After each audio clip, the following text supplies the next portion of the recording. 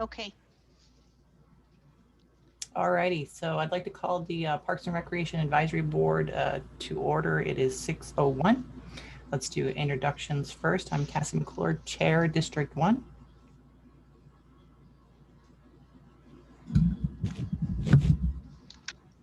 I'll go next. I'm Jeff Thompson, District 2. Stan Engel, District 4. Eric Montgomery, District 5.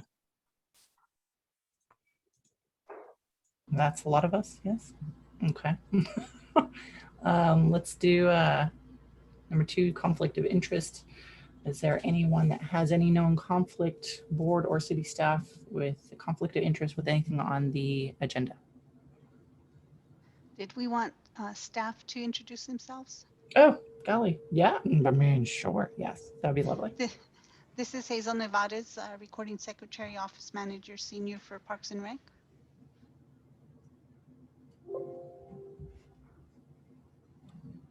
Sonia Delgado, Director, Parks and Recreation.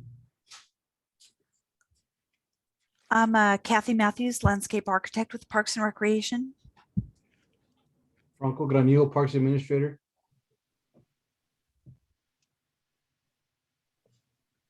Phil Katnack, Recreation Administrator. I'm David Villarreal, Project Manager with Public Works Department.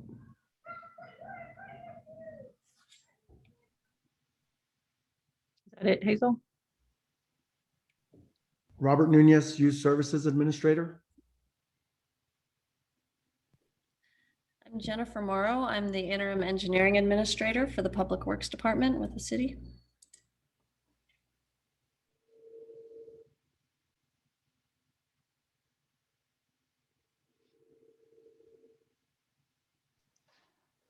Did anybody else from the city? I see Shri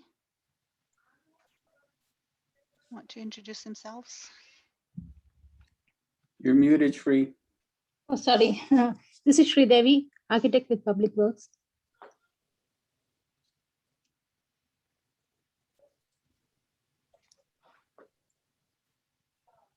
Arturo Gonzalez, are you part of the city?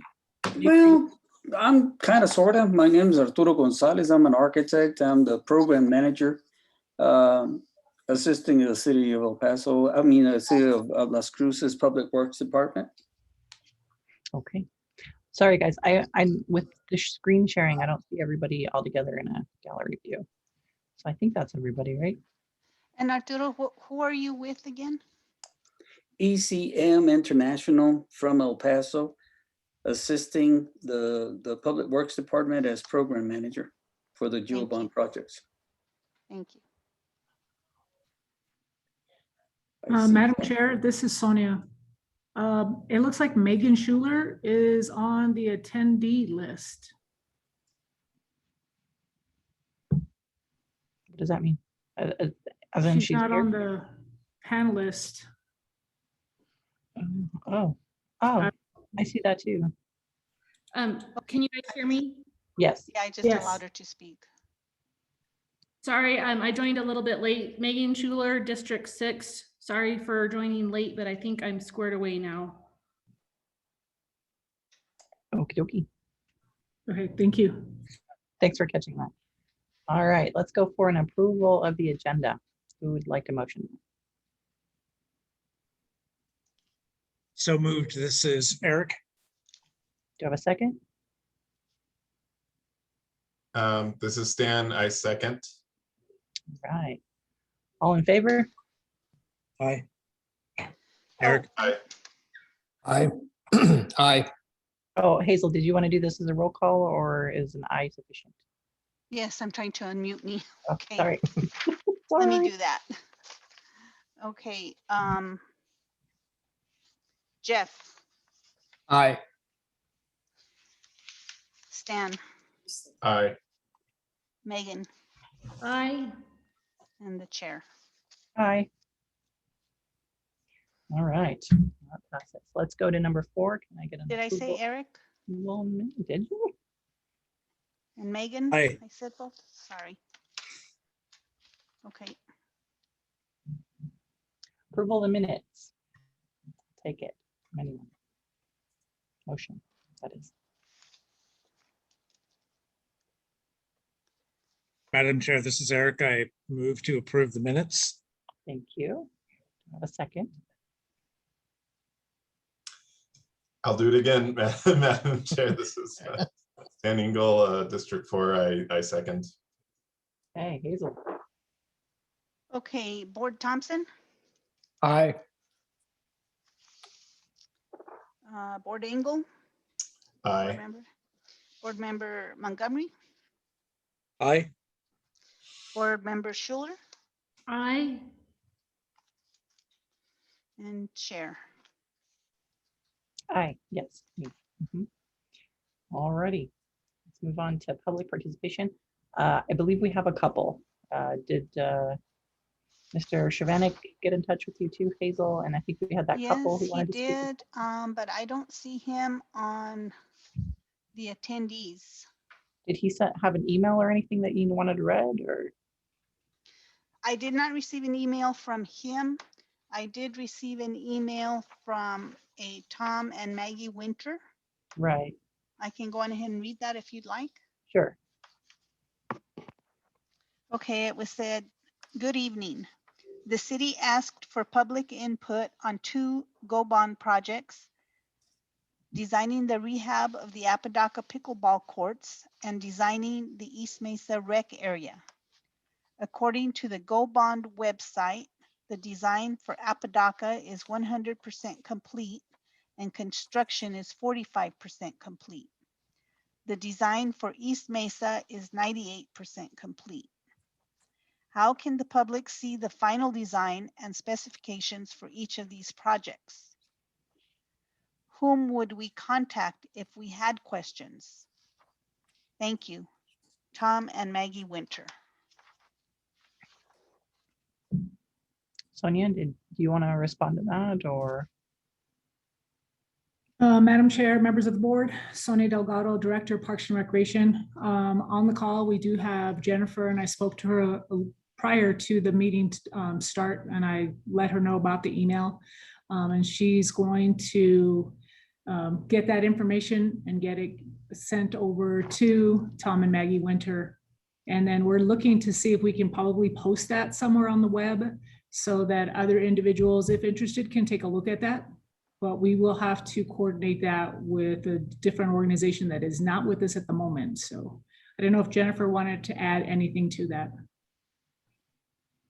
Hi, this is Jennifer Morrow. No, Sonia, I think you basically covered what we had discussed, and we will follow up on that email and make sure that their concerns are addressed. Also, Thank you, Jennifer. I do have 5 other, oh, there's Mr. Shavanik. I know he did say that he wanted to speak, and then I do have 4 other people that are in there. If you do want to also speak, I will need for you to raise your hand. In the meantime, right now, I will allow Mr. Shavanik.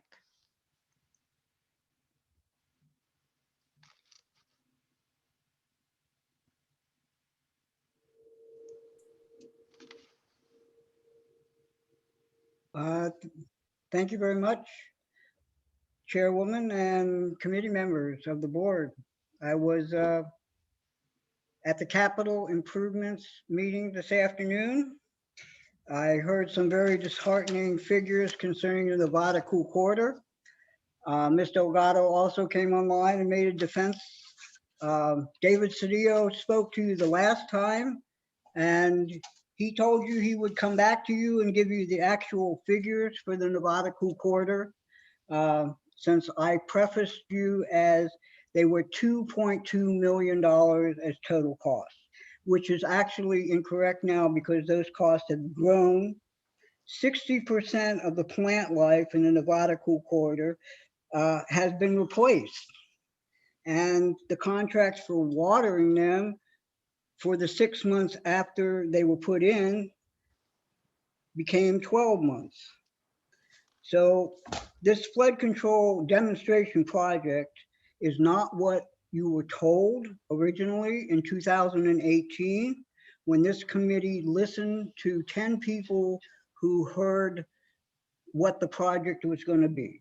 It will never fulfill what you were told it was.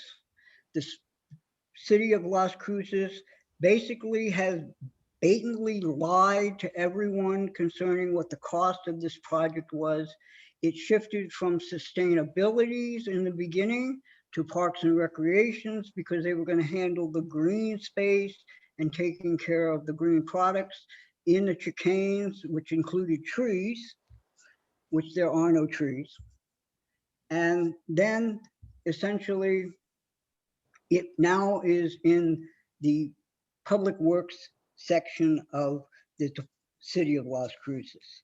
I also, after hearing the draft report for the conservation of water for the city of Las Cruces from Rhonda Diaz at the utilities work session last week on Thursday, I am going to specify that Parks and Recreations gets a motorized valve for the control water that fills Young Park Pond.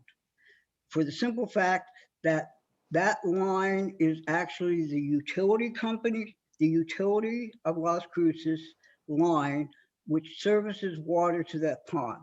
It is unacceptable that that pond is filled in the manner that it has been filled for the last 10 months.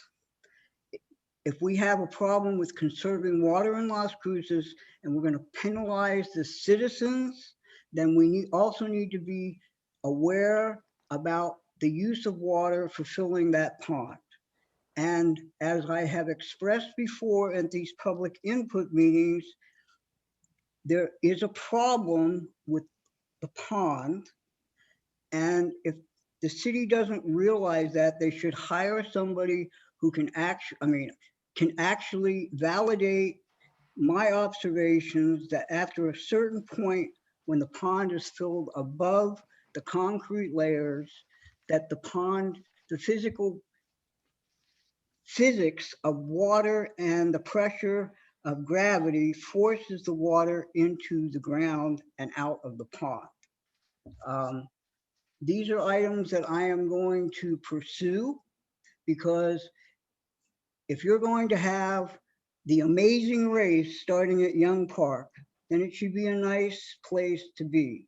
There are a number of people who go there every evening. There are fishermen, and since the maintenance, you don't have enough people, but you're going to build 15 parks in the next 24 months, then you should think about how you're going to handle hiring more staff to take care of our parks for the citizens of Las Cruces.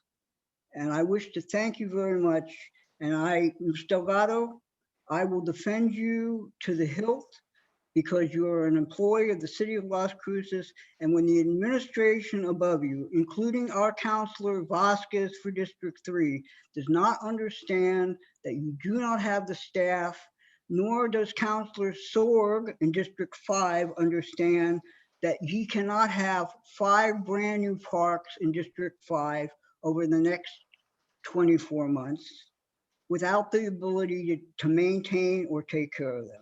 It's just a ridiculous situation that unfortunately Parks and Recreation is caught in because of the Go Bond as well. And since the Go Bond staff has met in the last week and has decided that within 5 weeks, they will begin to put out information concerning whether or not there should be another Go Bond round, I will tell you right now that I am going to be an opponent, and I will speak very, very loudly, that the city of Las Cruces should not ask its citizens to pay for more funding for Go Bond projects that cannot be completed, since you couldn't complete the first one during the first round. And I thank you for your time, and I thank you for listening to me. I believe it's important that transparency is coming to play. And I hope the other respondents during public participation will also tell you the truth about what their needs are as citizens. Thank you.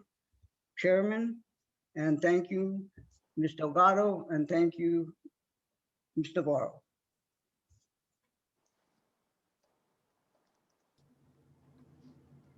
Thank you, Mr. Shvanek. And Sonia, did you want to respond to that, or did any of the board want to address any of that? Or set an item? Madam Chair, Sonia Delgado, Parks and Recreation. Yes, what I told the CIAC, I will also say here and make sure we bring back a presentation that talks about the cool corridor. It's an entirety, and I'll also ask Public Works and any other department that was involved with that to come and give you a full report on that entire project. And then also to Mr. Shvanek's comment related to the motorized valve for Young Park Pond, we're already looking into that. And we did appreciate him bringing that forward. And when he did, we went to go do some research on that, and we've already started to have discussions with that. So we are looking to see what we can do. And we do understand we have some issues with that pond, and we will address them as quickly as we possibly can. And thank you so very much. Appreciate it.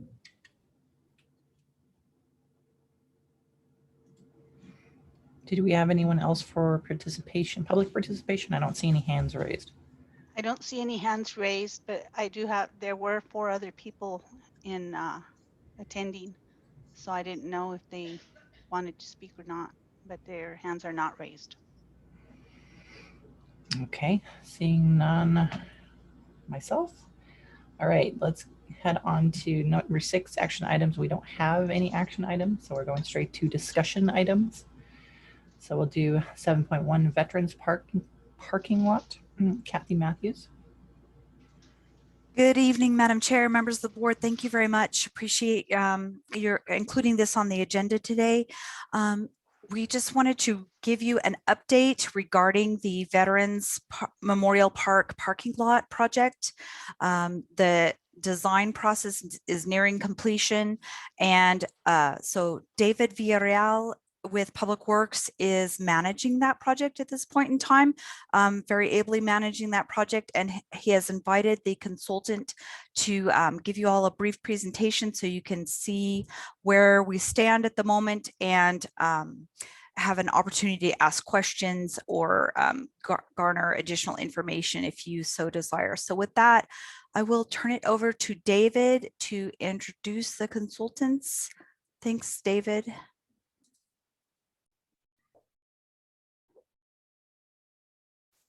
Good evening, everybody. So to kind of catch everyone up, we've been in design over the last months.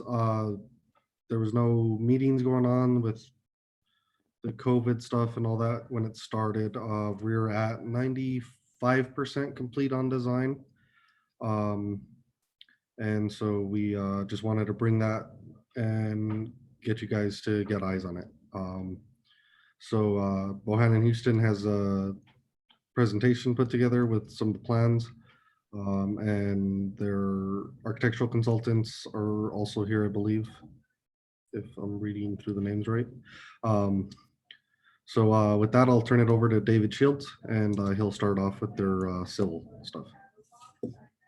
Thank you, David. I wasn't here on I was here on the introductions, but I'm David Shields with Bohannon Houston. We're doing the civil side improvements and teamed with Decker Pear Sabatini on the Pavilion and the new restrooms proposed for the Veterans Park. So I could go ahead and share my screen, and we could go through these slides. Can everyone see that? I can't. Oh, there it goes. But no.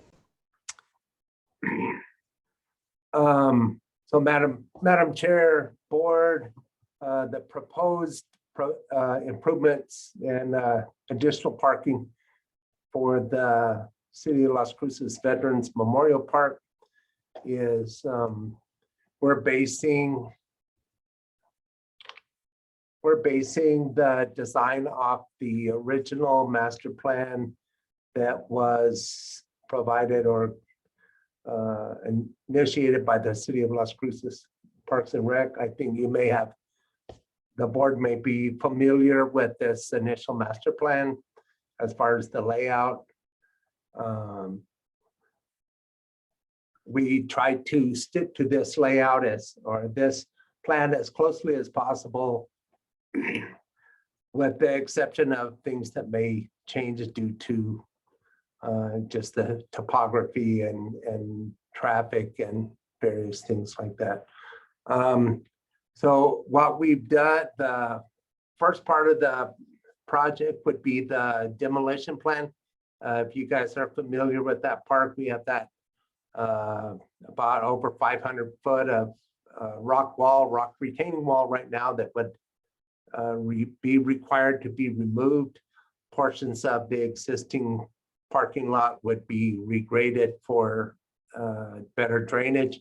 That whole drainage structure at the west end of the existing parking lot right now would be removed. The playground structure is scheduled to be relocated. We are planning that it would be relocated just west of where it is, and the new pavilion and restrooms will be basically in that location where the playground equipment is right now. We'll have portions of sidewalk and curb and gutter to be removed on Roadrunner at this point for the new entrance and exit to the facility. We'll have we're anticipating some major drainage work to be on the North Las Cruces Arroyo, which is included in the project. So these are the areas of demolition that we have marked there. We're trying to salvage as much as we can of what we have. None of the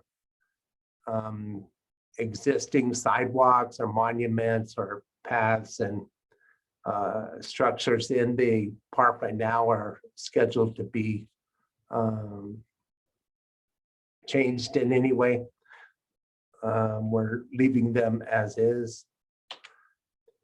The overall parking layout, like I had said, is conforming to the original master plan that was reviewed by the board and approved by council, with some minor changes, which we would be the entrance exit now off of Roadrunner.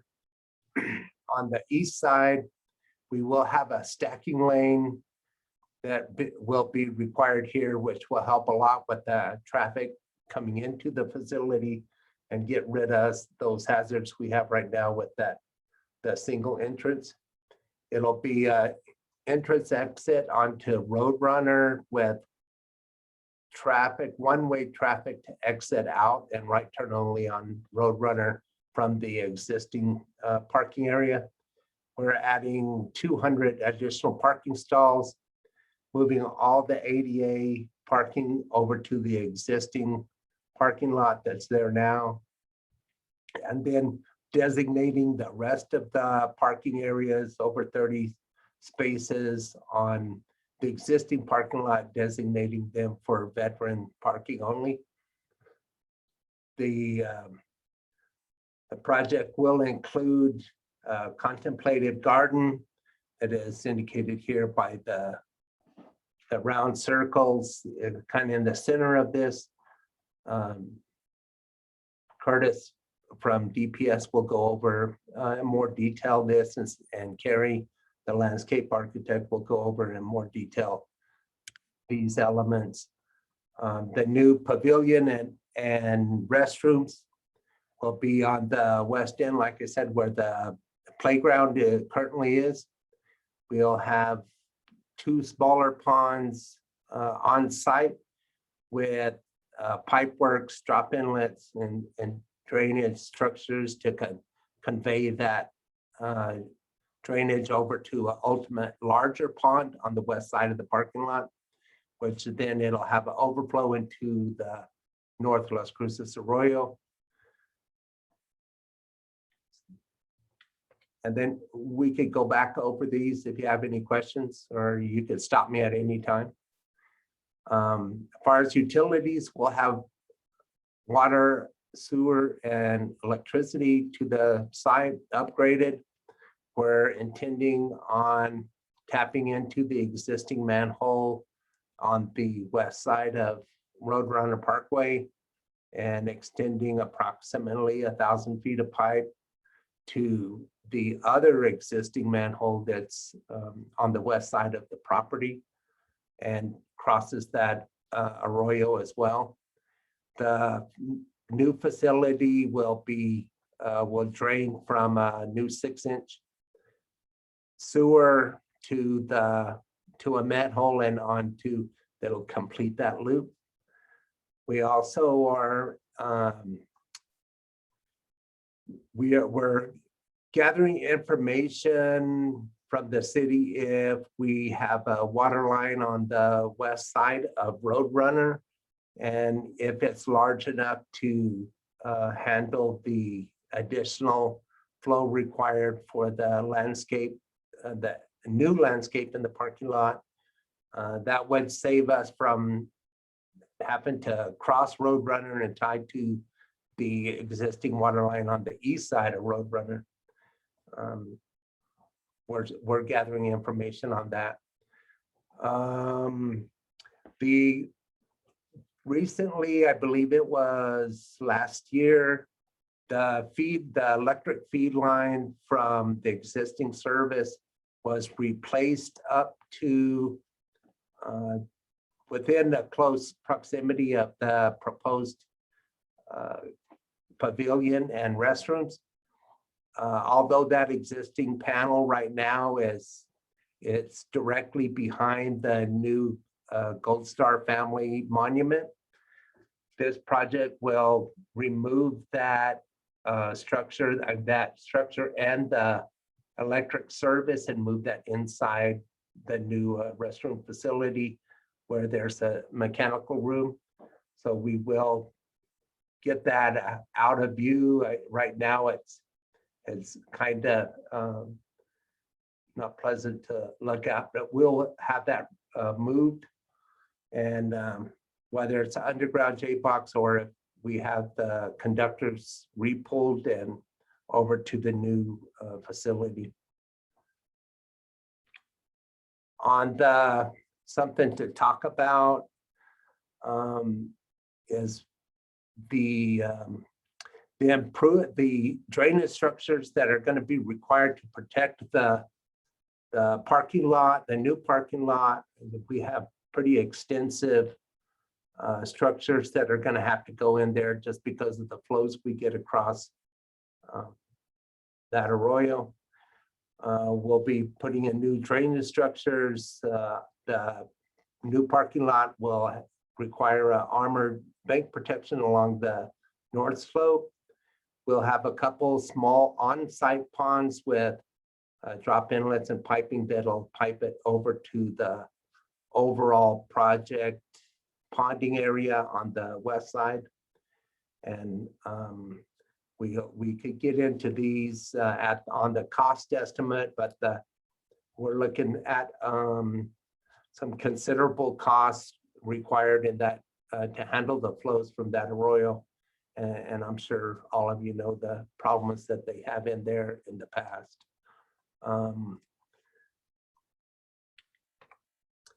As far as our general parking lot layout and lighting, as you can see in this slide, we have 13 new LED fixtures, but from our last meeting, Kathy was thinking we may be able to do away with these two light fixtures and help reduce some of the costs. The ones in the Contemplative Garden and out in this landscape area are 12-foot poles. The parking lot lighting will have 25-foot poles with the standard LED full cutoff light fixtures, kind of a decorative fixture.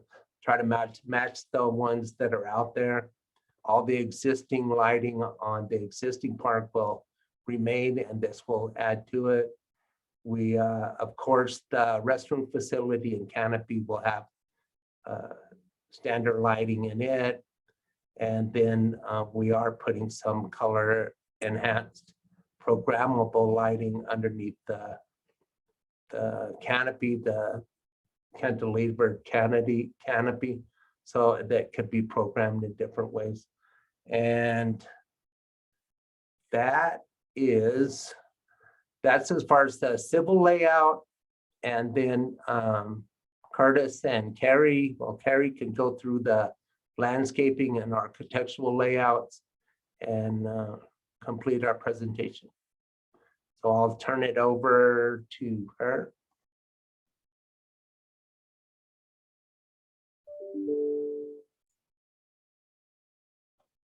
Good evening, Madam Chair and members of the board. My name is Carrie Denton. I'm with Decker Parrish Sabatini of 7601 Jefferson Northeast, Albuquerque, 87109. And like David mentioned before, this is a addition to the existing Veterans Memorial Park. We're adding a new fan-shaped parking lot, extending the existing parking lot slightly, adding a pavilion and a contemplative garden.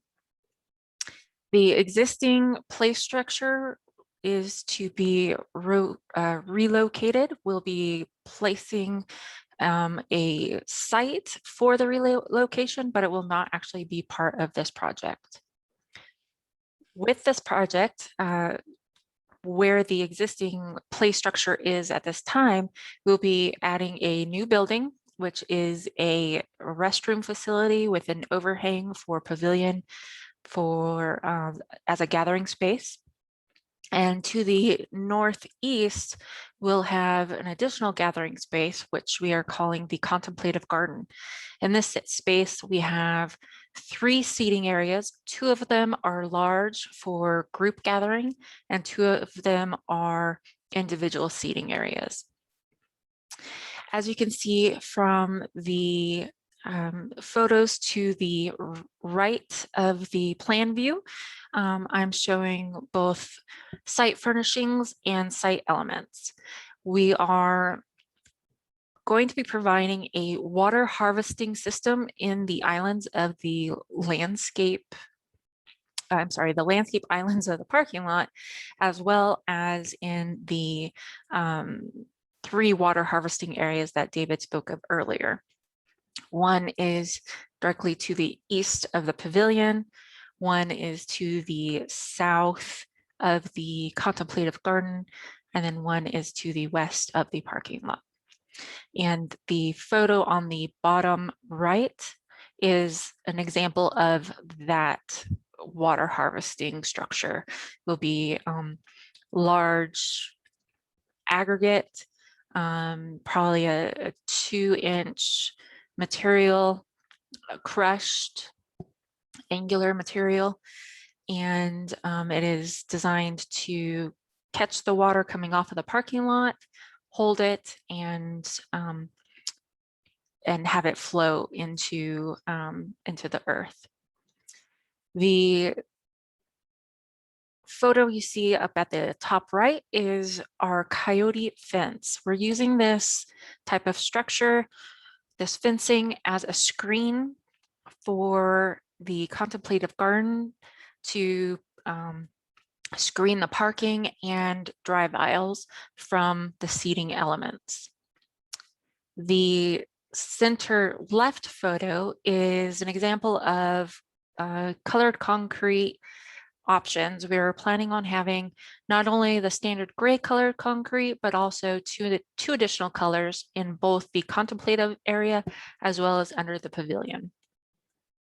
And that is just an example, not necessarily the exact colors that we're choosing, but an example of how you can get a nice difference between 2 different browns. And then of course we'll have the gray.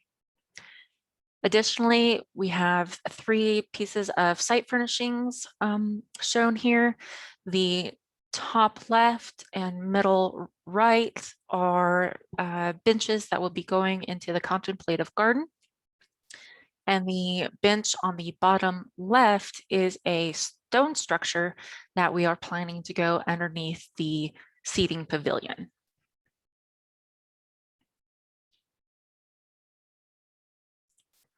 This is an overall of our landscape plan, our tree layout. You can see that we have a nice variety of different trees throughout the parking lot, as well as the perimeter of the site and around the pavilion. We are planning on keeping the existing turf that is around the pavilion and the south of the parking lot, and that will be repaired with all of our construction. And then we plan on doing a reclamation native seed in the like northwest and the small area that's in between the two drive aisles. That will be reclamation seeding.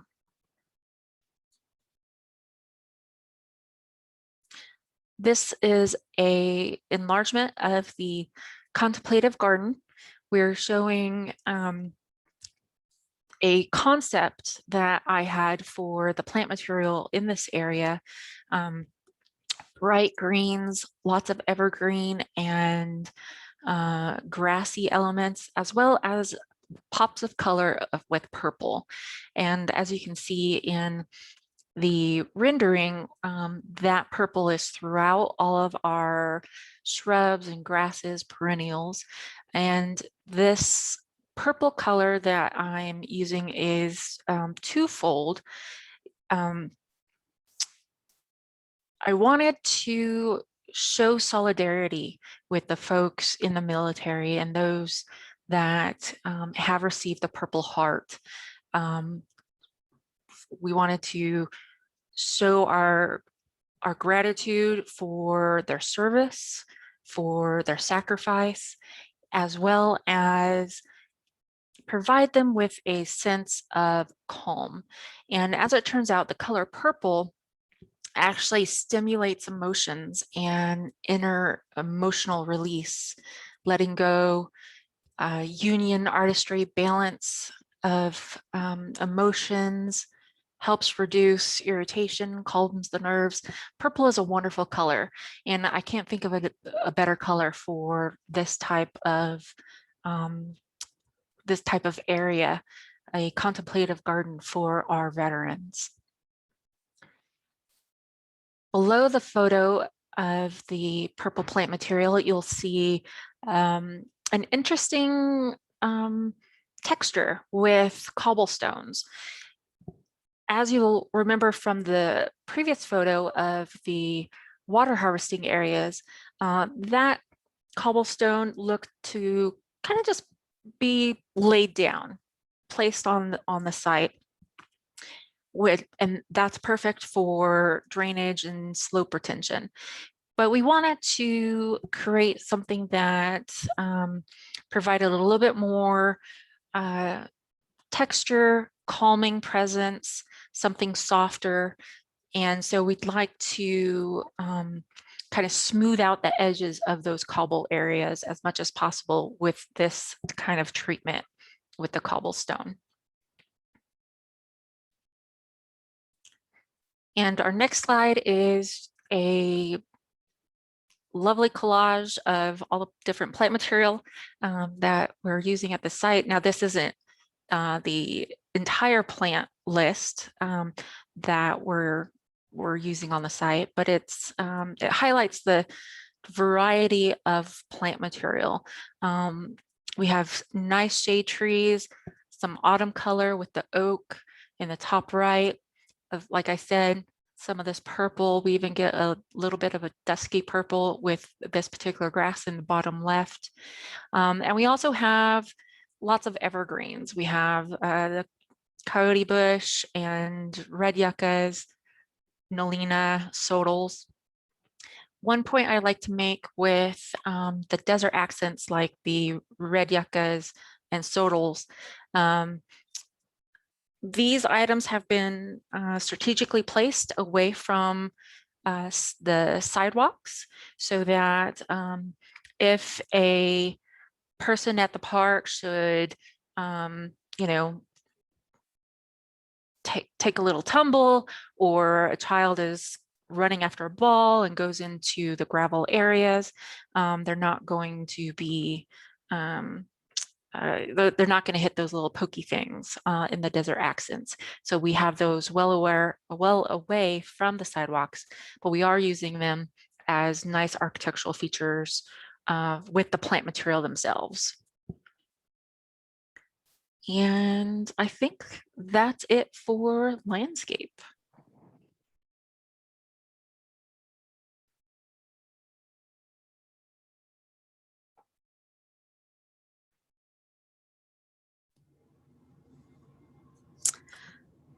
This is, go ahead, David. Is Ken on to go through the irrigation plan, or? Yes, I can speak to it very quickly. How about that? That'll work.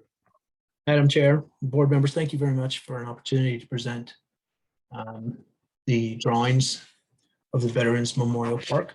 I'll just very quickly go over the irrigation plan. I'm sure it's extremely thrilling to everybody, but it's really simple. It follows City of Albuquerque, City of Las Cruces standards in terms of creating a robust system that needs less maintenance. It's a bubbler system, and it's all underground, so there isn't any foot traffic that can disturb the bubblers. And it is a system that can be hit with a shovel and just doesn't break and cause all sorts of maintenance headaches. We're, of course, utilizing the point of connection that is being provided by the civil engineer, a point of connection over up near Roadrunner Parkway, and feeding this irrigation system from there. There won't be any modification of the spray irrigation system as except to repair what might be damaged, and in certain circumstances alter the spray irrigation system associated with the relocation of the playground. It's a very robust system, and I think you'll be pleased with the outcome and with the plant material that supports, as Carrie mentioned. Can we go to the next slide, please? Of course, it'll be fully controlled and backflow prevented per standards. And we can move on, I think. And I'd like to introduce Kurt, who will be introducing the architecture.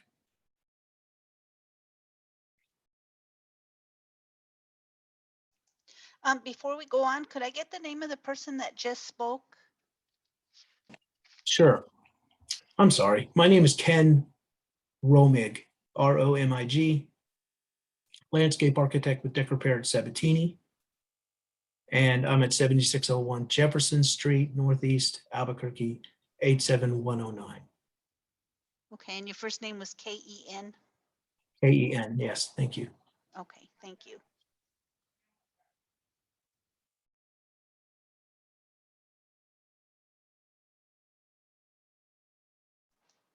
Oh, and who is going to speak next? Kurt. Curtis, are you on the line? It looks as if he is. He might be an attendee. Let me check. Curtis Morton? Yes. Yeah. Curtis, are you on the line? Yeah, I just allowed him. I am here. Thank you. I didn't have the controls to unmute myself. All right, great. Okay, thank you. My name is Kurt Morton. I'm an architect with Decker Parrott Sabatini. I had the pleasure of having the opportunity to design a pavilion for the park. This is the goal of this was to create a structure that creates an entry to the park from the parking to the north and to the east, and to also create a space for veterans to be able to reflect as they enter the park and have an opportunity to sit and just kind of gather on the way in. As part of this pavilion, there's 2 unisex restrooms. They're single occupant, 1 toilet, 1 lavatory restrooms. They have a child changing station within them also, as this park is dual use with a playground nearby, and expect to have likely children in the area. The plumbing fixtures in our restroom are specified to be stainless steel fixtures. They're wall hung, so they will create a easier maintenance for the staff cleaning floors, as there's no floor mounted toilets to clean around. And the toilets themselves are very durable. They have a very high weight rating on them, so that they're not easily vandalized. We have, between the 2 restrooms, we have also a small supply storage room, just for cleaning supplies, extra toilet paper, things of that nature that may be needed by park staff. There's also a wall-mounted drinking fountain, outdoor drinking fountain with a bottle filler between the restrooms as well. You can go to the next slide, please. This image shows some elevations of the pavilion structure. It's a cantilevered structure, steel structure, hanging out over the gathering area. There is, as Carrie mentioned, the stone seating area under this gathering area. The walls, there's 3 primary materials on the building. We have stucco on the east and west walls. There's a stone veneer on the north and south walls, and our structure itself is exposed steel. We also have a steel mesh at the request of the Parks Department that we've placed above the top of the stone and stucco walls in order to prevent bird roosting above the roof of the facility. The roof decking is a metal roof decking that is a perforated metal panel that will allow for shade underneath, but it will not be it's not intended to be a weather resistant roofing material. So it will shed some water, but primarily the intent for it is to create a shaded environment for people as they enter into the park, and give them shaded seating under it under the pavilion. You can see down below some examples of the materials that I've described. There's the wall-mounted drinking fountain, of course, with the bottle filler, the stone veneer that will be matching, or if not exactly matching, at the very least, designed to complement other stone within the park. The stucco finish on the east and west walls, and then the metal decking you can see on the far right side. Also on the east elevation, you can see the right drawing image, the bottom right drawing image. There is the commemorative table that has the stone veneer on it with a slate countertop. And this can be a surface for events that if veterans want to place photos or flowers or anything they want to display during special ceremonies can be placed there for people to see as they enter the park. Okay, we'll go to the next slide. And this is a slide just showing some sections through the pavilion. Really the reason I wanted to show these is mostly to help describe a little bit about the interior materials within the restrooms. As I mentioned, we're going to have the wall hung stainless steel toilets and lavs.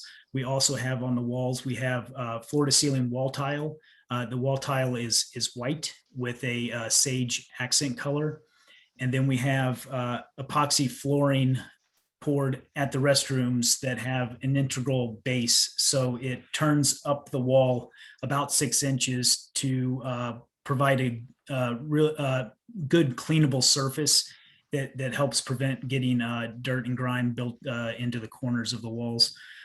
And then also we have the low slope roof underneath the cantilevered overhang. And this just allows for weather protection within the restrooms and the storage area themselves.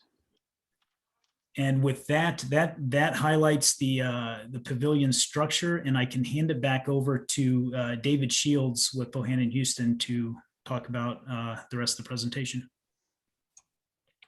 Thank you, Curtis. This is Dave Shields, Bohannon Houston. So our last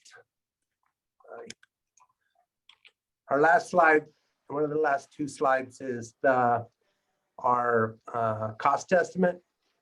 We have it broken out for the main project, which would be the new pavilion, restrooms, and additional parking. And then we have a separate cost estimate for the work and the erosion control and drainage structures in the arroyo.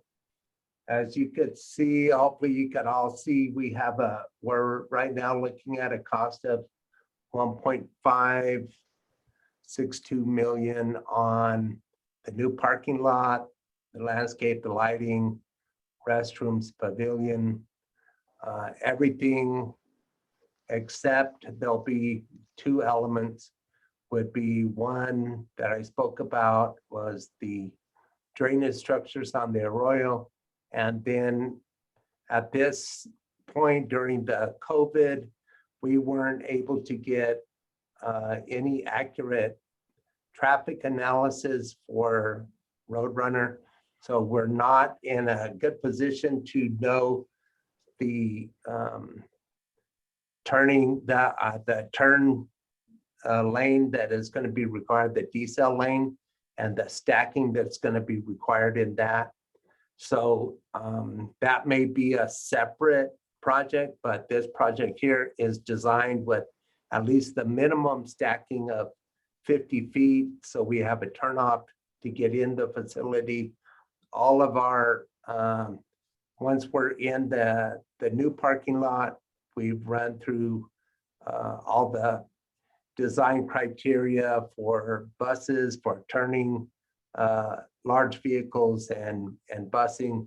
We have stacking, designated stacking areas or parking areas for the buses, as well as all the ADA requirements.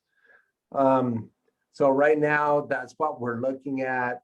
As far as cost, we know that we've had some escalation costs during this past year, just due to manufacturing, supply and demand, those type of pressures that have gone along with the COVID crisis. So the 1.5 million, we're thinking as a pretty conservative figure. We know that there may be areas that we could do some cost savings, and those will be incorporated based on final design. As far as the offsite drainage, that we have a cost of 558,000 in construction, with contingencies, GRT, surveying, material testing, construction observation, for a total cost estimate of 864,000 for the offsite drainage issues. So, and our last slide is just to thank you as the City of Las Cruces for your continued support for all the veterans in our community. And it is truly an honor and a privilege to be a small part of that. And with that, I think we could open up for discussion, and if there's any questions that I could help with or the rest of our team, please let us know. Thank you, David. Great job on the presentation, especially the plant positioning. It's not just for kiddos. I'm also clumsy and could poke myself as well. So does the board have any questions about this specifically?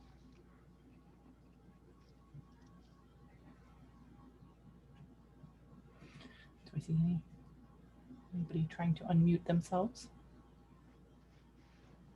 I don't. Well, with that, I guess there are no questions. So thank you again. And we'll move on. Now we have 7.2, Go Bond Project Update with Jennifer Morrow. Thanks, Cassie. Hi, I'm Jennifer Morrow. I'm the Interim Engineering Administrator for the City of Las Cruces. And I am going to share my screen with you for our presentation.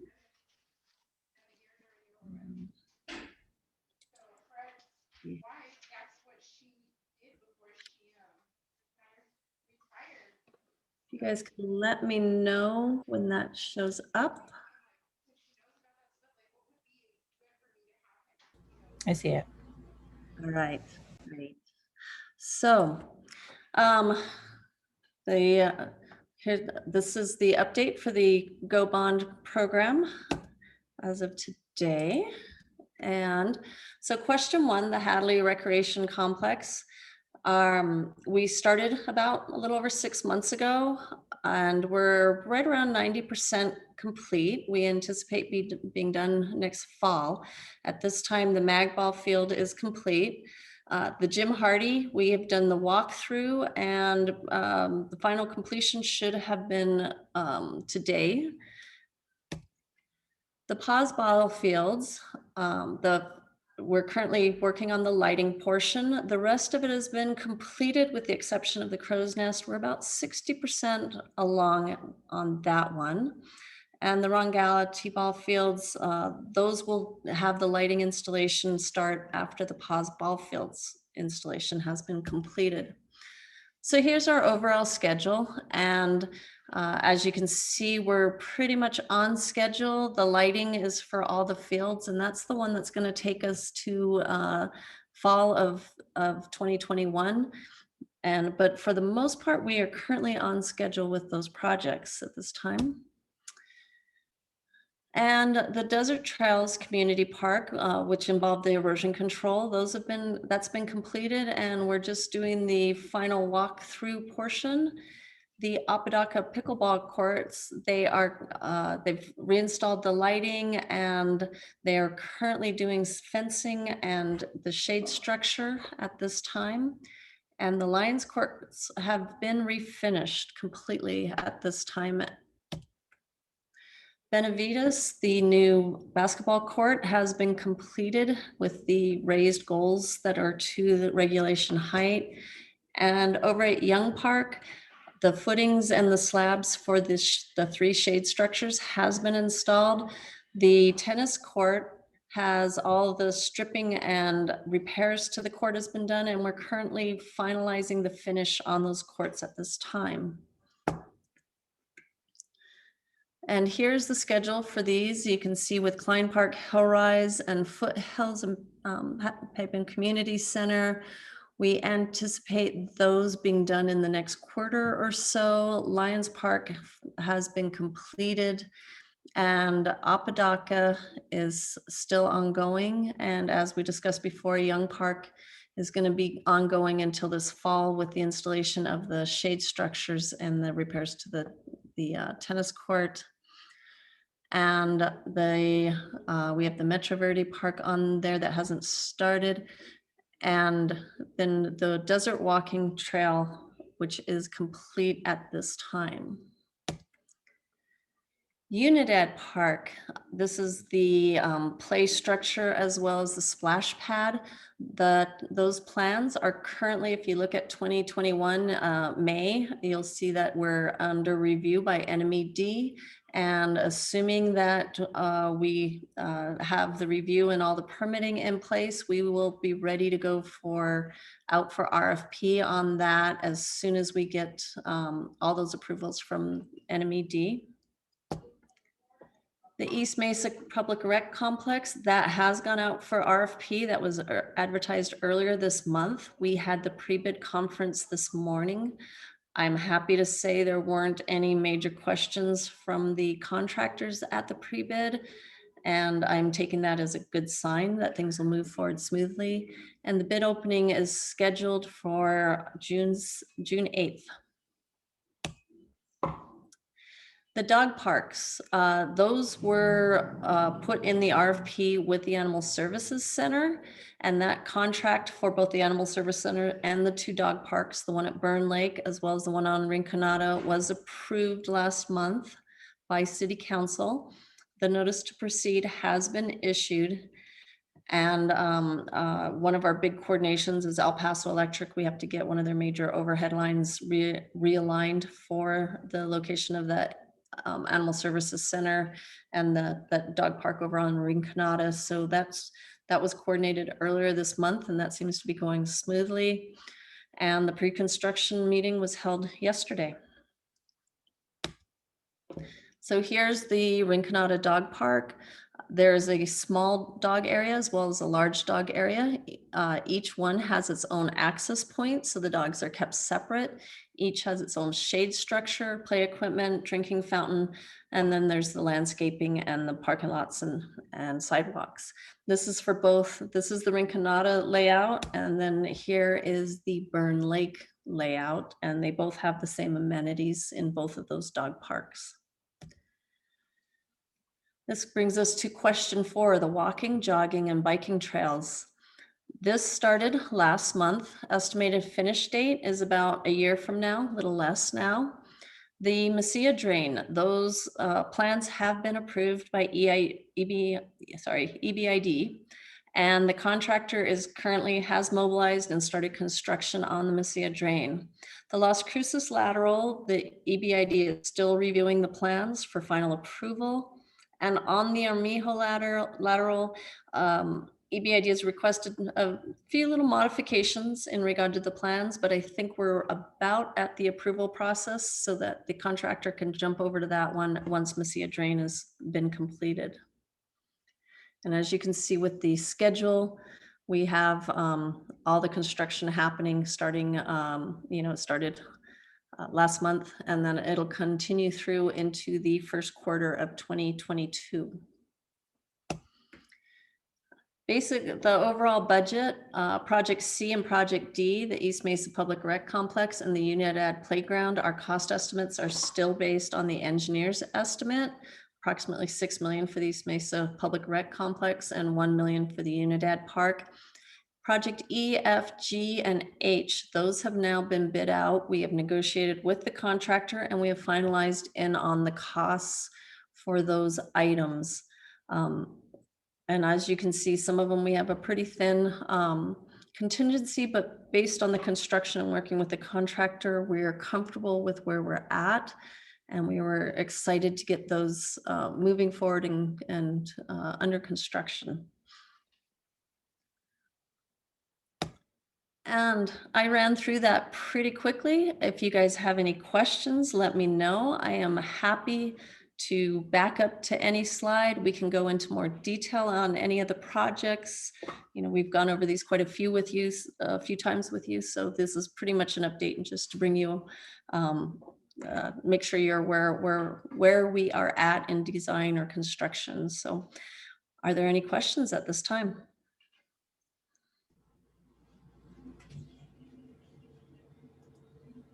Does anybody have any questions from the board?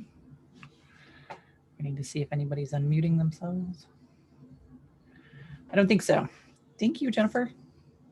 You are so welcome. All righty, let's move on to programming updates. We have a couple of them. It goes into 7.3.1. Phil, talking about whatever you'd like to talk about.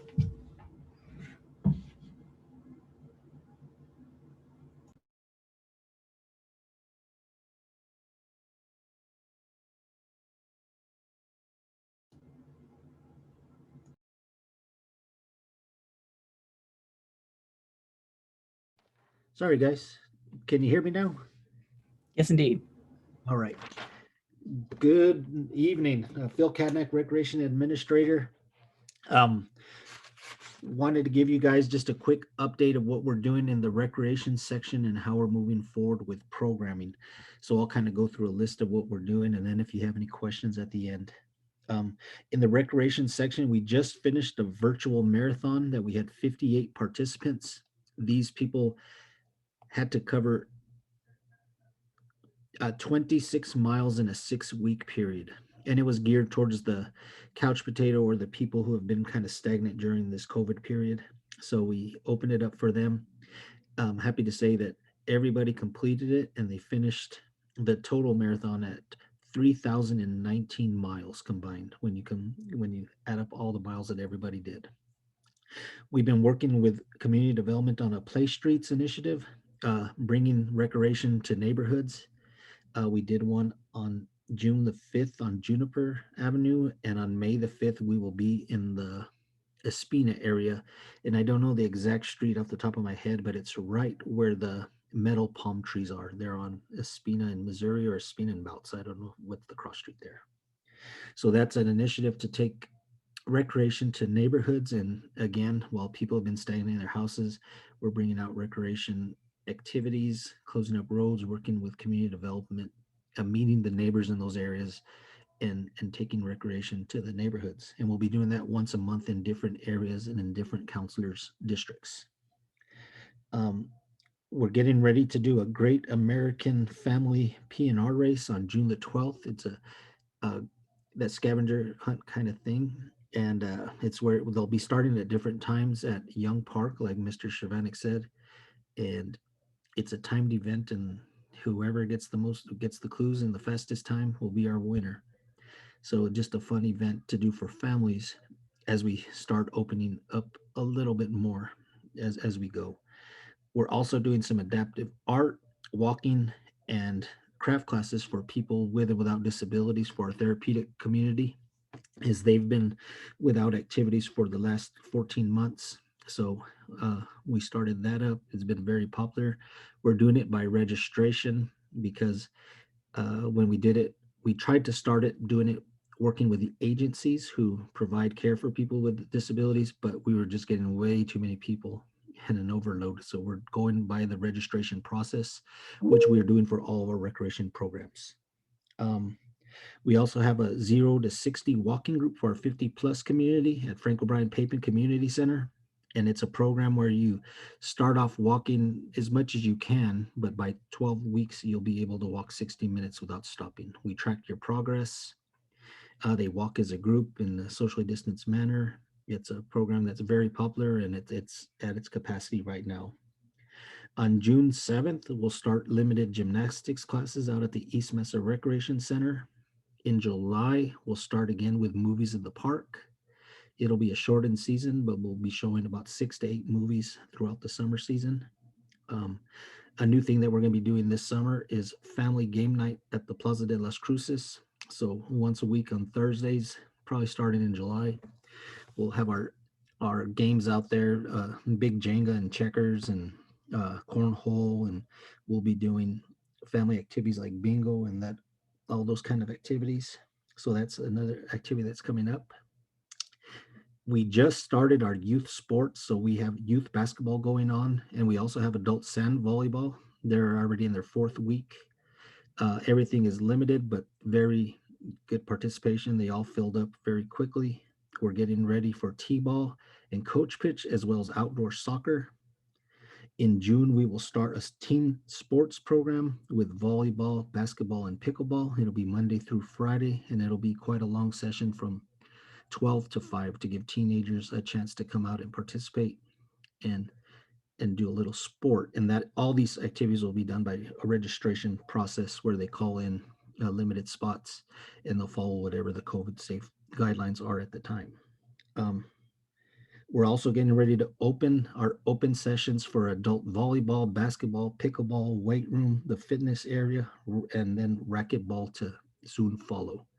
So all those activities, so adult pickleball and basketball, the activities that our adults used to like to come do Monday through Friday are going to be opening up. They'll all be again at limited capacity, but we are opening up our sports and getting on with our activities. And then after that, we'll follow come August with our regular sports schedule, which goes flag football and cheer. And then we go into basketball and adult volleyball and all that stuff. So we're eventually going to get back to our regular sports schedule that we do throughout the year. On the aquatic side, right now we have lap swim, channel walk, and our fitness and weight room open. Upcoming activities are we're opening up our outdoor pools and splash pads, and we will have limited open swim. It'll be again limited capacity, and you'll have to call in the reservation process as we're doing with all our other programs. And then we are also by sometime in June or early July, we'll start up with our fitness classes. For employees, we have our employee wellness program, Ziggy Challenge. It's a 6-month program that incentivizes staff to stay busy and do a host of activities. And if they reach those, they get some small incentives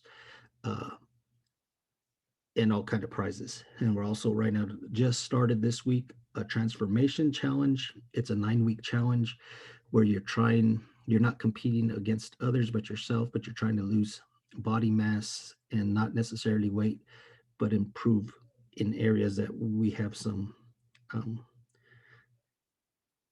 software that can track that. And it's a very popular challenge, and we get quite a bit of city employees doing that as well.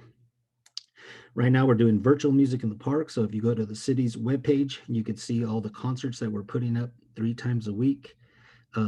Today we have Flat Black, rock group from Las Cruces, and I think tomorrow we will be posting another group. They've been very, very popular. We did 21 recordings in 7 days. Throughout the COVID period, we did 35 recordings of artists doing virtual concerts. And this will lead to live music in the park beginning in July. So we will start that process up again when we think the community will open back up.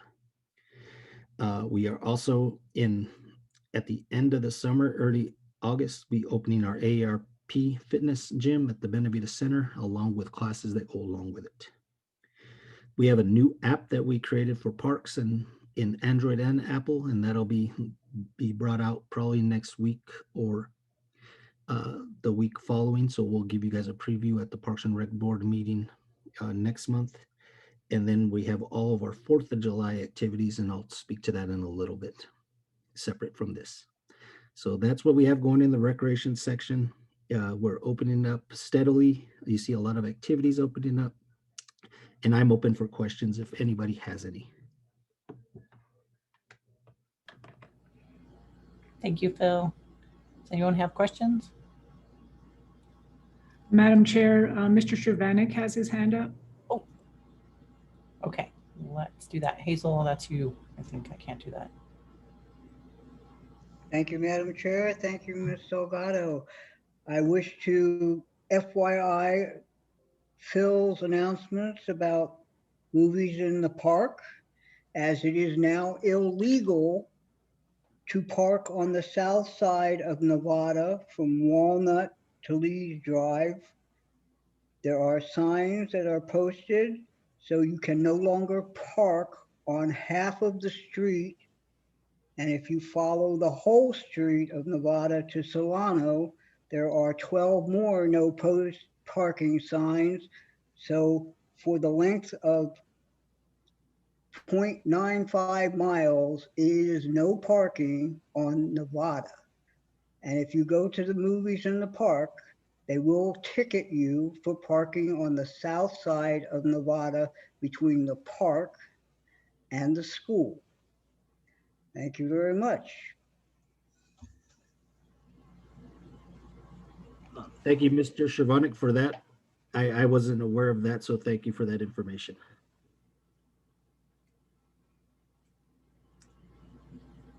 Is there a way we can get them to get a reprieve for that day, or?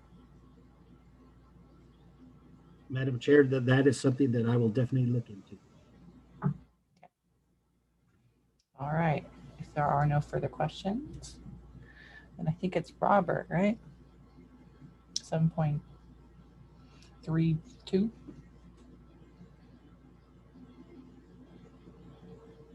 Good evening, Good evening, board members, city staff, community. Some updates that we're doing here in youth services. So our juvenile citation program, youth development and diversion is working on their end of year reporting. We finish up June 30th. Doing some numbers this week, we reached in 10 months, we have had approximately 246 youth come through our program, which is quite a bit less than what we've normally done pre-COVID. So we will be reverting some funds back within the grant due to JPO being closed, public schools closed, and so we're slowly starting to see our numbers increase as our schools opened up and as state offices began to return and have in-person meetings with families and youth. Currently, we have 16 youth in all 3 levels, and they're still doing virtual classes. So as we transition after the summer, July, August, into in-person classes, we will also be offering that opportunity of virtual classes to some families that are still in need of that. But staff have been very creative in ways of offering our programs and continue to look at opportunities to reach our youth and families to provide them the services that we do in our JCP program. We'll also working on a needs assessment and our strategic plan within the program, and we're bringing that forward to our board at the beginning of next fiscal year. And look at also completing our hiring process within that area as we have lost some staff due to them moving on. And so we've gone through some processes there. With our Keep Las Cruces Beautiful program, also another grant funded program, end of year reporting is taking place. And I'm not, April, did we meet? Where are we? We're in May, I guess. We had our Great American Cleanup, and I think we might have mentioned it in April, but it was close to 70 tons of trash that were collected. We did only have approximately 250 volunteers. So folks are hesitant to still come out and assist with various programs. Hopefully as folks get vaccinated and we start to return to some normalcy, we'll see more folks with our Adopt a Spot programs and other offerings that we have for volunteers. Next Saturday, the 29th, we will be doing a Team Up to Clean Up event in District 6, and we'll be stationed out by the East Mesa swimming pool area off of Reynolds, and then working with District 6 residents to again collect trash and do some say end of spring cleaning as we move forward into summer. Our internships have ended. Of the students that from NMSU, we had 2 on board, and their last day was May 15th, and then both of them will be returning with us the next cycle of our grant. We hope to hear for both these grant programs, hope to hear back from the state in the very near future so that we can move forward and present to council for approval and have those funds available for us for next fiscal year. Our out of school time programs, after school programs are winding down.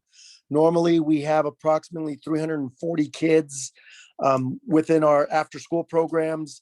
We're currently at about 120 at 8 of our school locations.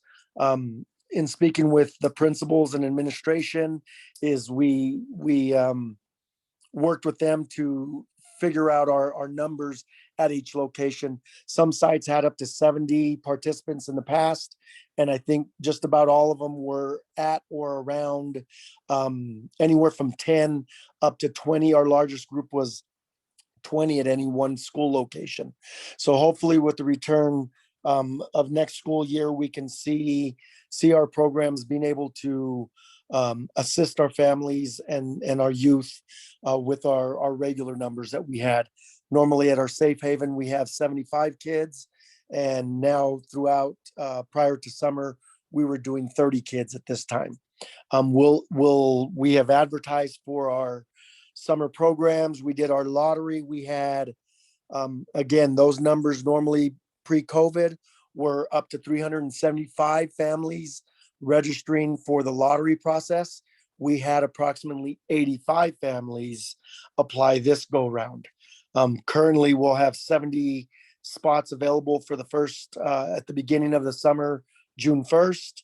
And then with the expansion of a third school come mid-June, we'll be able to accommodate approximately 120 youth at our 3 locations, Mearshite, Hermosa Elementary, Frank O'Brien, and when the next site comes on board, it'll be Sierra Middle School. So they're preparing with staff trainings. We end the last day of school is coming up on Tuesday. So that'll be the last day of after school programs. They transition over to summer recreation, and we'll have about 3 or 4 days to do some refresher training, get their CPR first aid certifications updated, and other trainings that we need to have for our summer food program that we work with FYI and other activities and programs that we'll offer. Our Teen Connection just recently sent out the advertisement for our teens ages 12 up to 18, 17, and will be housed out of Frank O'Brien Papin for the first 2 weeks. Due to public schools doing their extended school year, our K through 5 that will eventually be at Hermosa will start out at Frank O'Brien Papin, along with our teen program, with appreciation from our recreation program to help us be able to accommodate those youth for the first couple of weeks. Our teens are working with some nonprofits to be able to do some programming, Friends of Oregon Mountain, Cruces Creatives, NMSU, Doniana Community College, Outdoor Adventure, so that they can set up their teen programs and be able to offer a variety of activities for our teens. And they have a really neat schedule set up. I believe you were all copied on the news release of kind of doing some weekly programming, some arts, some science, STEM programs, and other activities that hopefully will attract some of our teenagers for the summertime. Just recently, our case manager position within youth services closed, and I am in the process of vetting through those applications, and we'll hopefully have somebody on board at the latest by the end of June to assist our families and youth in our youth services programs in regards to case management and identifying some needs and services that our youth and families may need. With that, that is what we'll be doing in youth services, and I stand for any questions. Thank you, Robert. Does anyone have questions? Keeping my eye on the hands raised too. No, I don't think so. Thank you again. And I guess we're going to Franco now. Good evening, everybody. This is Franco Granillo, Parks Administrator. I wanted to give a quick update on the reopening program for the ball fields and athletic fields. Last month, I covered the original setup of it after we met with all the leagues prior to the April 7th big meeting.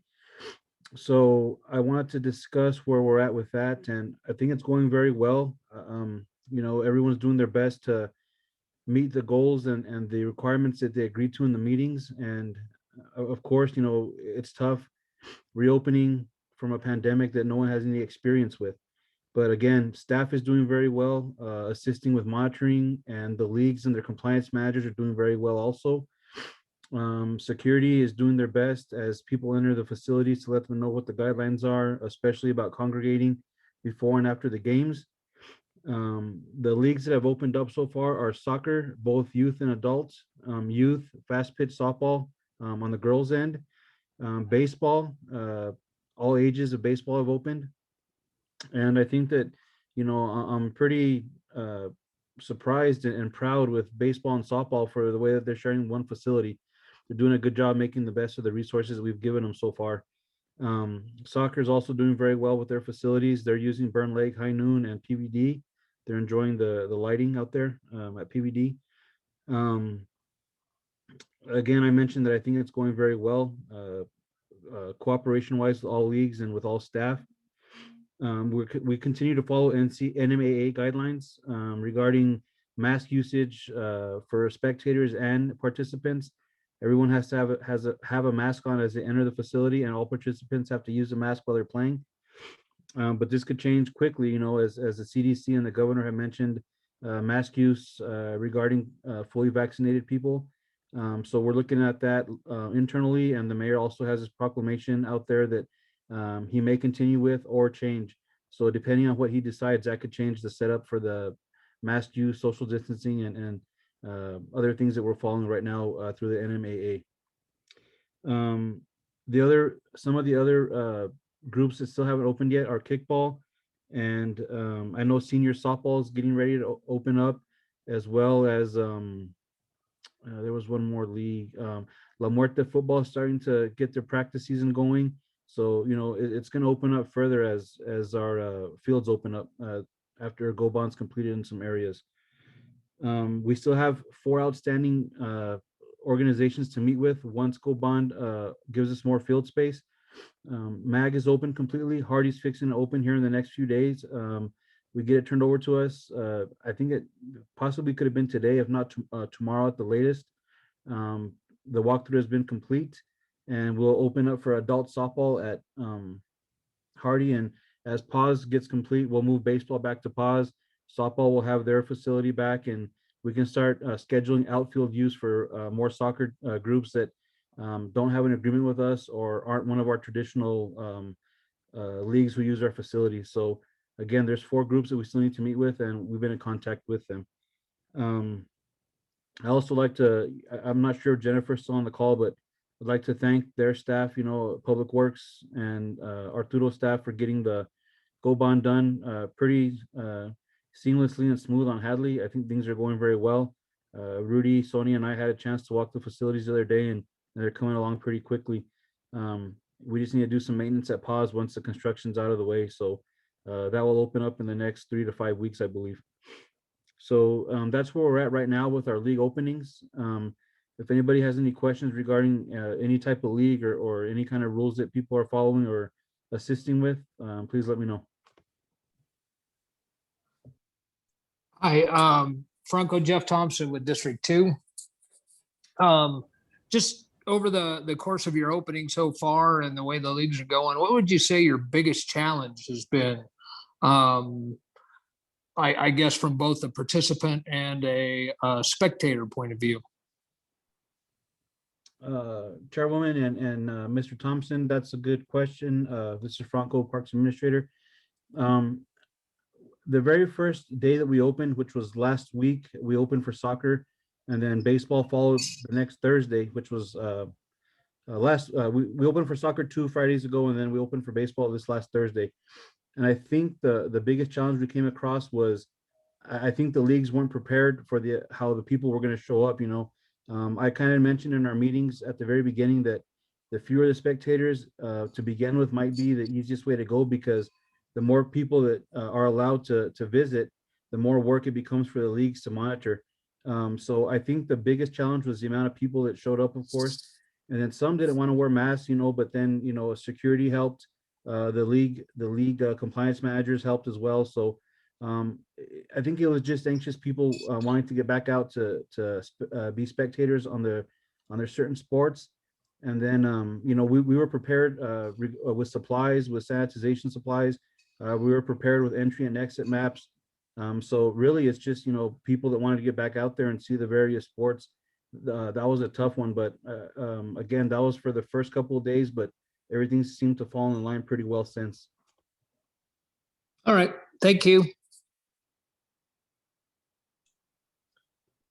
Hi, Franco. It's Stan Engel, District 4. So I was contacted by Councillor Bencomo, who was contacted by Las Cruces Youth Soccer. And they, unfortunately not too specific, but they were talking about, they had concerns about rules regarding renting facilities, and then also the over policing of the leagues regarding COVID restrictions, specifically a one warning rule before the entire league is reprimanded. Can you speak to that at all? Sure, Councilwoman Cassie and Mr. Engel. We discussed that in every meeting that we had with the leagues. We let them know that there was a one warning setup, but that was for clear disregard of the rules that we put in place and that they agreed to. You know, if they were allowing people to enter without masks, you know, and remember at the time that masks were strictly in use, you know, it was one of the things that we couldn't get around because of the governor's orders, the CDC and NMAA, which we are following their guidelines. If it was a very, you know, clear violation of any rules that we put in place, that would be the one and you're done. But we also did discuss that if we see that they're trying to police and help us and communicate with my staff, then of course, you know, we'd have discussions, we'd have follow-ups and debriefs on what went wrong, where we could improve. So it was really geared towards those major violations that were just, you know, that you could tell that were disregard for the rules. But we haven't had any of those. Everyone's done very well. And then when it comes to the permitting setup, we aren't taking permits right now for any athletic fields, any parks areas or anything like that, any open space, but we're getting there. So all the leagues were also aware that the emails with their schedules would act as their permit for right now. And every league that met with us and met the reopening guidelines did submit their schedules and their plans via email. So they didn't have any issues getting onto the field. So we did handle those permitting issues, and we also handled and covered the possible shutdown issues. And again, we haven't come across any of those major violations. So I think everyone's doing pretty well. Okay, so just to be clear, I did hear you say that for right now, you're not allowing renting of outside yet. Is that what you said? Right. We're not taking permits yet, but now that we've gone to 150, the number for gathering, I'm sure that's going to increase again. So that's when we're looking at allowing those larger groups to gather, which will lead to accepting permits.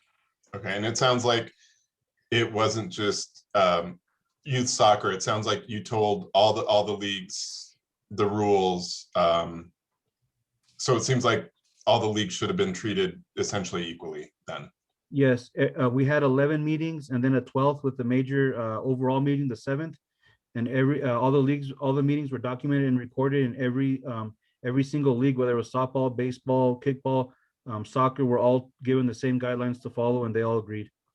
Okay. Okay. Thank you, Franco. Sure.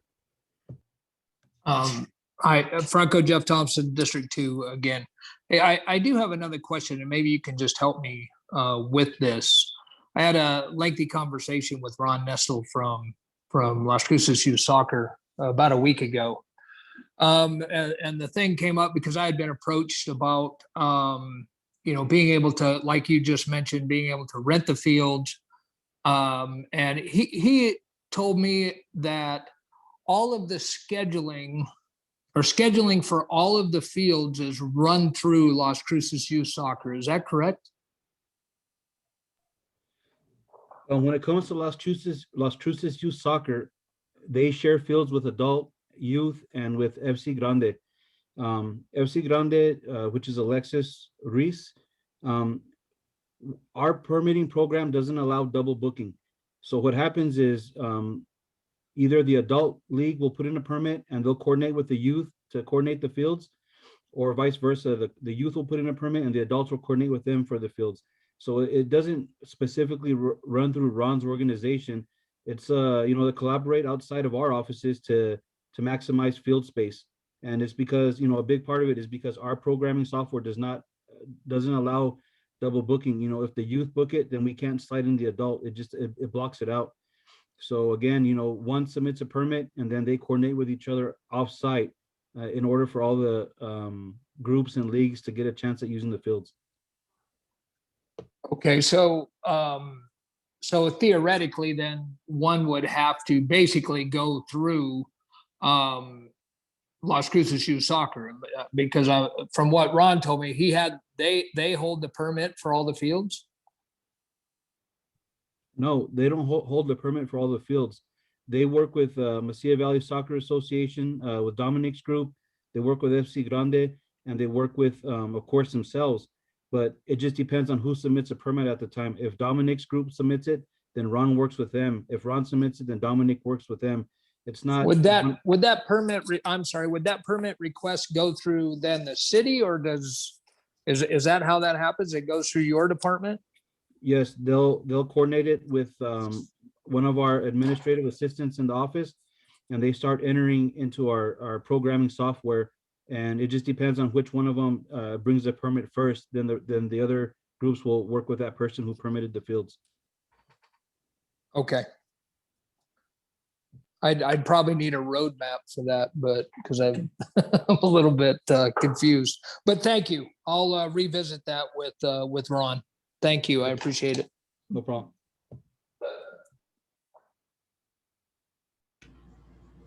Thank you, Franco. I don't see anything else unless someone else wants to. If not, I think we're back to you, Phil. 4th of July update. Yes, good deal. Bill Katnack, Recreation Administrator. A quick update on 4th of July. As we're getting ready to open up as a community, the governor said July 2nd looks like a date that could open up our community if the vaccines, if we're able to reach, I think it's the 60% threshold, but of people vaccinated, it would be a good time to open and ease restrictions quite a bit. So we've been meeting with NMSU since January, February to see if we can plan an activity in hopes that we got to this point and kind of have an event that tells the community we're opening back up. So we've been planning for a 4th of July celebration, July 3rd electric light parade. We put the announcement out a couple weeks ago. The theme is Stars and Stripes Forever. It's a parade that will be held in the evening, 9 o'clock. That'll run from Apodaca Park and go south on Solano, turn east on Hadley, and finish up at Mag Park. It's the route that we've used in 2018, actually 2017, 18, and 19. Last year we didn't have a parade, but we did have a firework display. So this year we're partnering up with NMSU again. We're planning a concert and firework display July the 4th, 6 p.m. We announced our bands today. It'll be Lee Rocker of the Stray Cats. So he's a member of the Stray Cats. Upright bass player, very famous, probably the best upright bass player that we have. He's a Music Hall of Famer. He'll be opening up the show, and he'll be doing some Stray Cat songs and songs that he's done as a solo artist for all these years.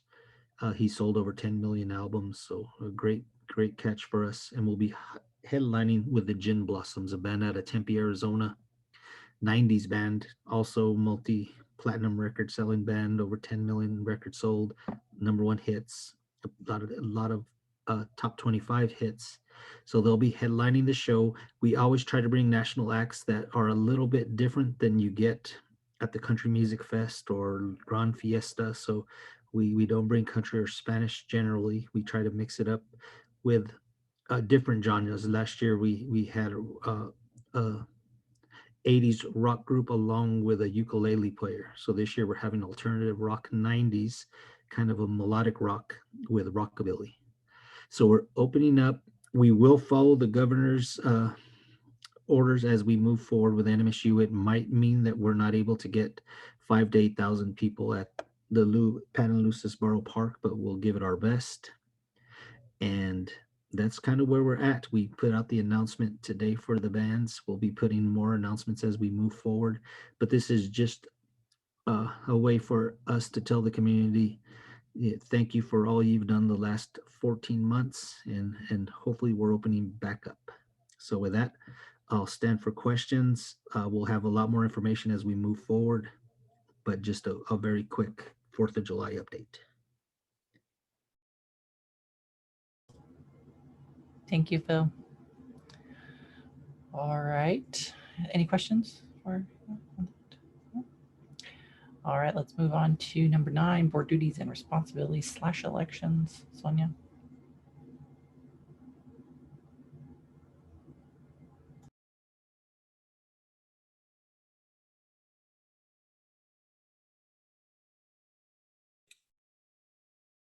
Okay, are we up? I hear you. Okay, thank you. Madam Chair, members of the board, it is that time of year again to do the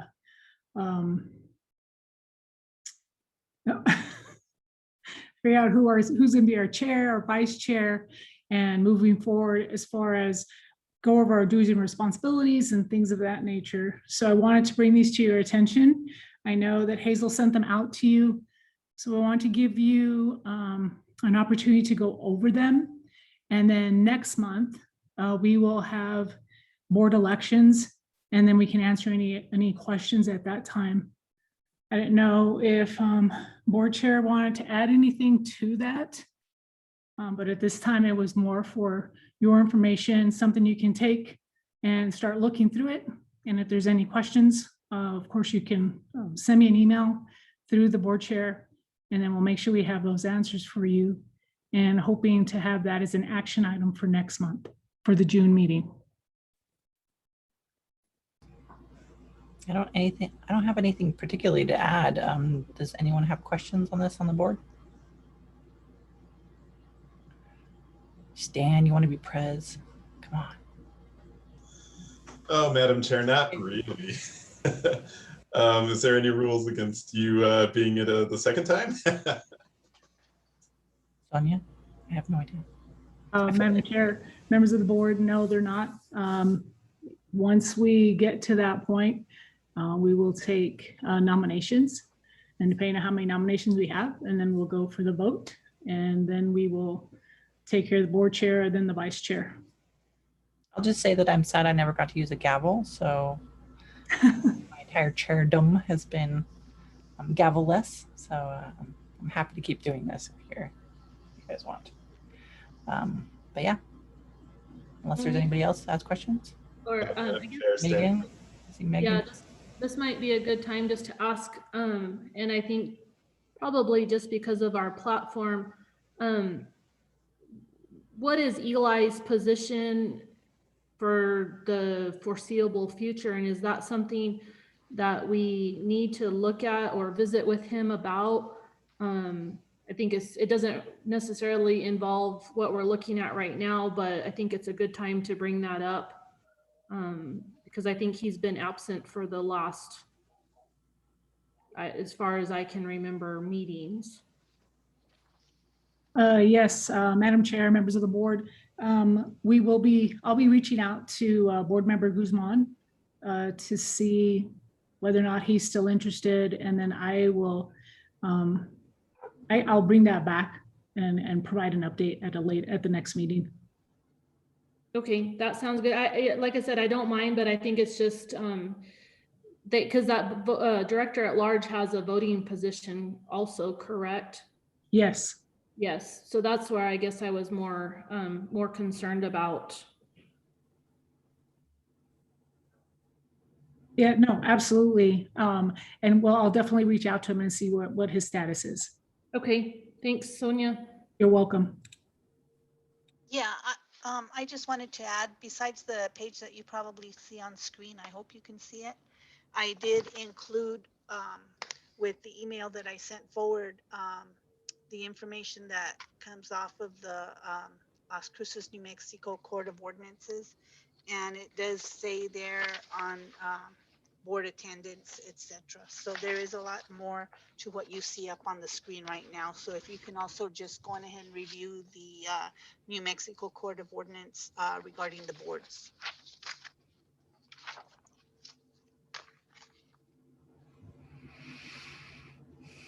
Okay, cool. So next month we'll vote on it. And now we're down to staff member comments. Do the rounds. Sonia, you want to point at people? Sure. Board Chair, members, Sonia Delgado, Parks and Recreation Director. I will start with Robert Nunez.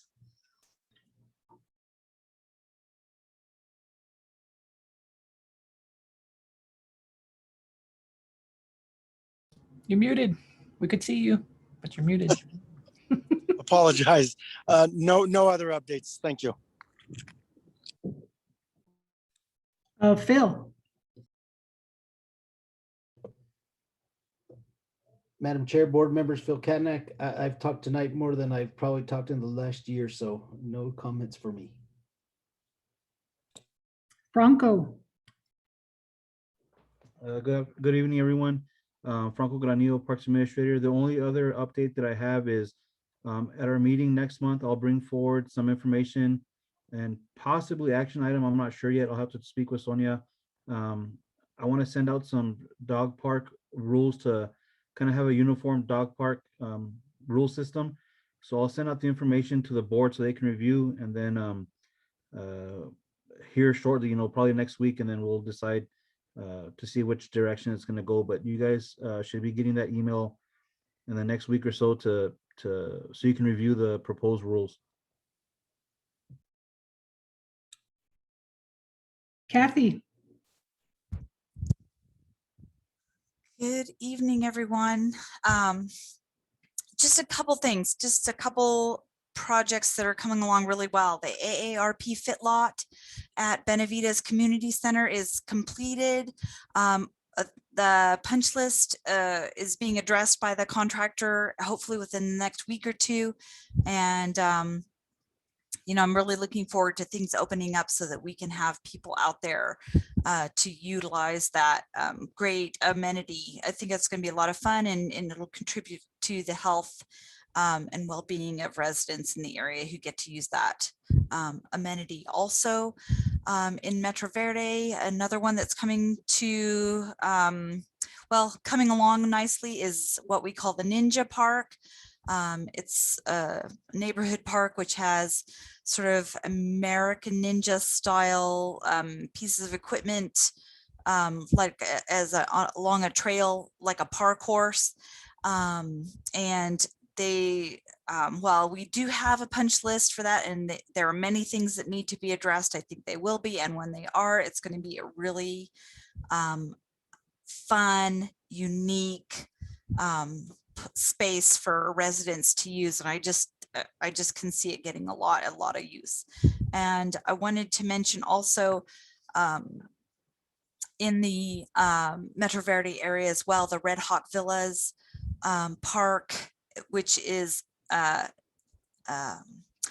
passive recreation space. It doesn't have play equipment, it doesn't have swings, it doesn't have picnic facilities, but it's got lovely turf space and a beautiful plaza, circular plaza with a unique surface treatment on the concrete and planters and seat benches around that plaza, so that folks will be able to sit in the shade of shade trees, which are going to take a few years to grow, but they will provide shade, and just enjoy a more passive kind of recreation space. And that one is coming along also very close. The contractor is just having some difficulty finding plant material because everybody is doing their gardens anymore, and construction hasn't slowed down at all. And so the nurseries are having a hard time keeping up, as with many different kinds of construction aspects of construction. The suppliers are having troubles keeping up, even in the nursery trade. But that one is coming close to being complete. And then I also wanted to note, with regard to another project that's going on, we haven't talked about in a while, is what I call City Bond Medians Phase 1. And that is a project that Public Works has kindly been managing for us, but it's dragging on and dragging on and dragging on. But the end is in sight. And so we anticipate completion and closeout hopefully the summer of that particular project, which would enable us to start on to phase 2 and to get even more medians landscaped throughout the city. So I just wanted to highlight a few of those projects, things that are coming along are really close. One that's completed just needs a punch list done, and then for things to open up a little bit more eventually, when we'll be able to make use of those kinds of facilities. So that's it. Thank you very much. Appreciate it. Thanks, Kathy. Hazel, do you have anything?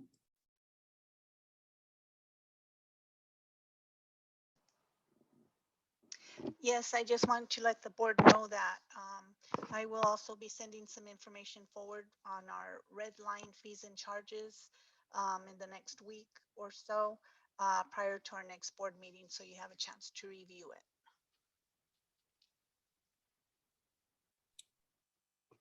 That's all. Thank you, Hazel. Okay, so Hazel just stole my thunder. Fees and charges, we're going to be sending it out to you for your review. We'll give it to you for this whole entire month, kind of digest it, look through it. It is the red line version. So we were taking it forward when the pandemic hit in March of 2020. And so of course, when we got shut down, we held it back. So we do take fees and charges back every year. And so of course we didn't take it last year. So now we need to bring it back up. It's the same that we had. So what you'll see, the red line will show the changes that were made. And those are what we're looking at having approved moving forward. Once you look at it and approve it, take action on it, then I take it to City Council and do the same. And we've done this every year with the exception of last year because of the pandemic. So you will have that, and we will discuss it in June, probably have discussion in June, and then in July have action. So that way you have plenty of time to look it over and then come back to the next meeting with questions. And if we need to refine anything, and then we'll come back again in July for an action. So that'll give you plenty of time. I didn't want to rush that. And also, I'm still working on, have not had the opportunity, and about looking into parolees and the animals with the dogs. So I have not had that opportunity yet, but I will look into that, and hopefully I will have some information for our next meeting. And those are the only two things I had.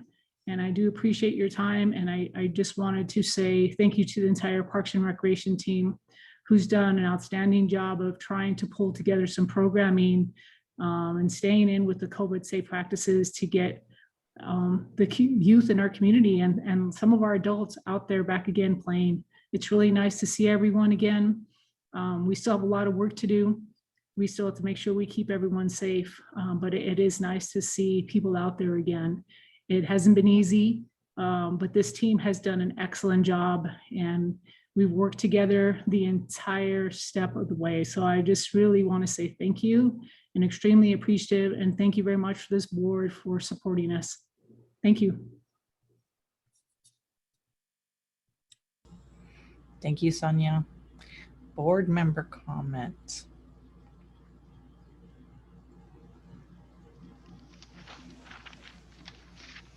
I'm gonna hear Hazel wrestling with her papers, but I don't hear any other comments. All right, well, I'm gonna call for an adjournment at that point. No comments. Madam Chair, this is Eric. Oh, Eric. Move to adjourn. Oh, do I have a second?